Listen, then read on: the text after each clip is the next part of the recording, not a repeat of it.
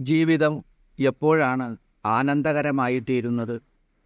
നല്ലതായും ചീത്തയായും തോന്നുന്ന അനുഭവങ്ങൾക്ക് പിന്നിൽ എന്തെങ്കിലുമൊക്കെ കാരണങ്ങളുമുണ്ടാകും. കാരണമില്ലാതെ യാതൊന്നും സംഭവിക്കുന്നില്ല. അത് കണ്ടെത്തുമ്പോൾ ജീവിതം ആനന്ദകരമാകും. പ്രണവപ്രകാശത്തിൻ്റെ പുതിയ ഒരു അധ്യായത്തിലേക്ക് എല്ലാവർക്കും സ്വാഗതം. വർഷങ്ങൾക്ക് മുമ്പാണ് ന്യൂയോർക്ക് ടൈംസിൽ ഒരു ലേഖനം വന്നിരുന്നു. ഷാരോൺ എന്ന ഒരു 40-കാരിയായ വനിതയെക്കുറിച്ചായിരുന്നു അത്. ഇടതു കണ്ണിനു താഴെ സാധാരണയിൽ കവിഞ്ഞ വലിപ്പമുള്ള ഒരു ട്യൂമർ അവർക്കുണ്ടായി. ട്യൂമറാണെന്നറിഞ്ഞതു മുതൽ 6 മണിക്കൂർ നീണ്ട ഓപ്പറേഷനെ തുടർന്ന് അത് മാറ്റിക്കഴിഞ്ഞ് കുറേ ദിവസങ്ങൾ അതികഠിനമായിട്ടുള്ള വേദനയിലൂടെയായിരുന്നു അവർ കടന്നുപോയത്.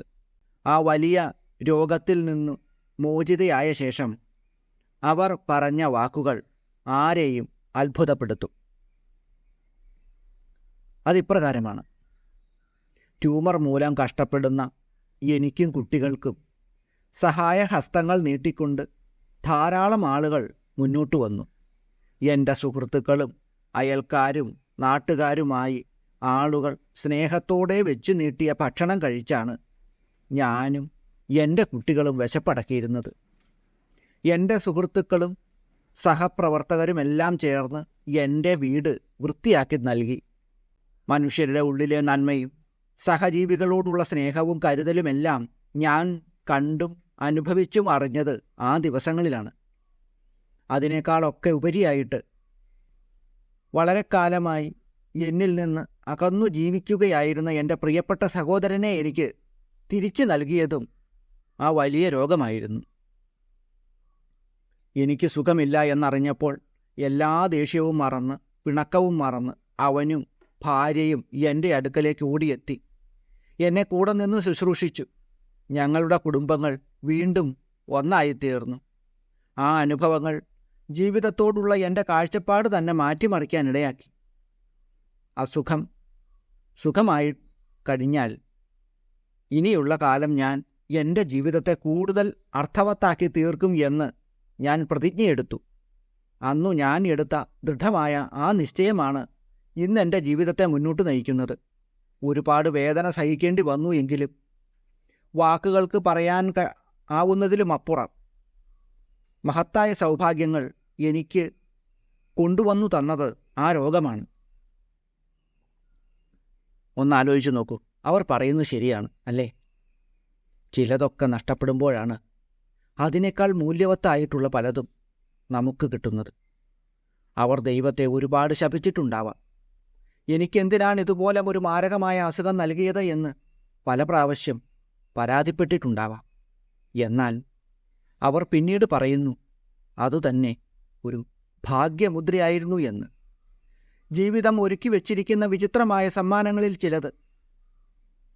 ആദിപരാശക്തിയായിട്ടുള്ള ജഗദീശ്വരി സൃഷ്ടിച്ചിട്ടുള്ള ഈ ലോകത്തിൽ, ഈ പ്രപഞ്ചത്തിൽ രോഗങ്ങളും ദുരിതങ്ങളും സുഖങ്ങളും ദുഃഖങ്ങളുമെല്ലാം സമ്മിശ്രമായിട്ട് അവതരിപ്പിച്ചിട്ടുമുണ്ട്. അവ എപ്പോഴൊക്കെ എങ്ങനെ ജീവിതത്തിൽ വരുന്നു എന്ന് ആർക്കും പ്രവചിക്കാനാവില്ല. നമുക്ക് അസുഖമുണ്ടാകുമ്പോൾ, നമുക്ക് ദുഃഖമുണ്ടാകുമ്പോൾ, അത് തീവ്രമായ വേദനയായിട്ട് അനുഭവപ്പെടുമ്പോൾ, നിരാശയുടെ പടുകുഴിയിലേക്കാണ് ആണ്ടിറങ്ങുമ്പോൾ, തൊട്ടടുത്ത ക്ഷേത്രത്തിൽ പോയി അവിടെ ഇരുന്ന് ആ ദേവതയുടെ മുഖത്തേക്ക് നോക്കിക്കൊണ്ട് അല്പനേരം പ്രാർത്ഥിക്കുക. നമ്മുടെ വേദനകളെല്ലാം ആ ഈശ്വര സന്നിധിയിൽ സമ്പൂർണമായി സമർപ്പിച്ചുകൊണ്ട് അതിൽ നിന്നും നന്മ മാത്രം ഉണ്ടാകണമെന്ന് പ്രാർത്ഥിക്കുക. തീർച്ചയായിട്ടും ജീവിതത്തിൽ വിജയമുണ്ടാവുക തന്നെ ചെയ്യുക. ശ്രീ ലളിതാ പരമേശ്വരിയുടെ ഈ രൂപം മനസ്സിൽ ധ്യാനിച്ചുകൊണ്ട് യാ ദേവി സർവഭൂതേഷു മാതൃരൂപേണ സംസ്ഥിത നമസ്തസ്യൈ നമസ്തസ്യൈ നമസ്തസ്യൈ നമോ നമഃ. ഇങ്ങനെ ജപിച്ചുകൊണ്ട് അമ്മയുടെ പാദങ്ങളിൽ മുറുകെ പിടിക്കുക. ഗ്രഹദോഷങ്ങളിൽ നിന്നായാലും സ്വന്തം ബന്ധുക്കാരിൽ നിന്നോ അല്ലെങ്കിൽ മറ്റുള്ളവരിൽ നിന്നോ ഒക്കെ ഏതെങ്കിലും രീതിയിലുള്ള ബുദ്ധിമുട്ടുകൾ ഉണ്ടാകുന്നുണ്ടെങ്കിൽ അവയൊക്കെ ആ ജഗദീശ്വരിയുടെ പരീക്ഷണങ്ങളാണെന്ന് കരുതി അമ്മയ്ക്ക് മുന്നിൽ തന്നെ എല്ലാം സമർപ്പിക്കുക. തീർച്ചയായിട്ടും അമ്മ നമ്മുടെ മിഴിനീർ തുടയ്ക്കുവാൻ ഓടിയെത്തും. ഒരുപാട് നാളൊന്നും അമ്മയ്ക്ക് നമ്മളെ വേദനിപ്പിക്കാനാവില്ല. കാരണം ആ അമ്മയുടെ അംശങ്ങളായിട്ടുള്ള മക്കളാണ് നമ്മളെല്ലാവരും. ശാശ്വതമായ സുഖവും ശാശ്വതമായ ദുഃഖവും ഈ പ്രപഞ്ചത്തിലില്ല. പ്രപഞ്ചത്തിനതീതമായിട്ടുള്ള ശാശ്വതമായ സുഖമാണ് ജഗദീശ്വരിയുടെ സാക്ഷാത്കാരം. അതുകൊണ്ട് ഭക്തിയേക്കാളുപരി സ്നേഹത്തോടുകൂടി അമ്മയെ നാം ചേർത്ത് പിടിക്കുന്നു എങ്കിൽ അമ്മയും നമ്മെ ചേർത്ത് പിടിക്കും. എല്ലാ ദുഃഖങ്ങൾക്കും അപ്പുറം ഒരു വലിയ ആനന്ദകരമായ അനുഭവം നമുക്കായി അമ്മ ഒരുക്കി വച്ചിട്ടുണ്ട്. അമ്മയുടെ കരുണ വഴിഞ്ഞൊഴുകുന്ന ആ കണ്ണുകളിലേക്ക് നോക്കിക്കൊണ്ട് ആ പാദങ്ങളിൽ ഒരർച്ചനാ പുഷ്പമായി നമ്മെ തന്നെ സമർപ്പിക്കാം. ആദിപരാശക്തിയായ അമ്മ എല്ലാവരെയും സമൃദ്ധമായി അനുഗ്രഹിക്കട്ടെ എന്ന് പ്രാർത്ഥിച്ചുകൊണ്ട് നിർത്തുന്നു. നന്ദി, നമസ്കാരം.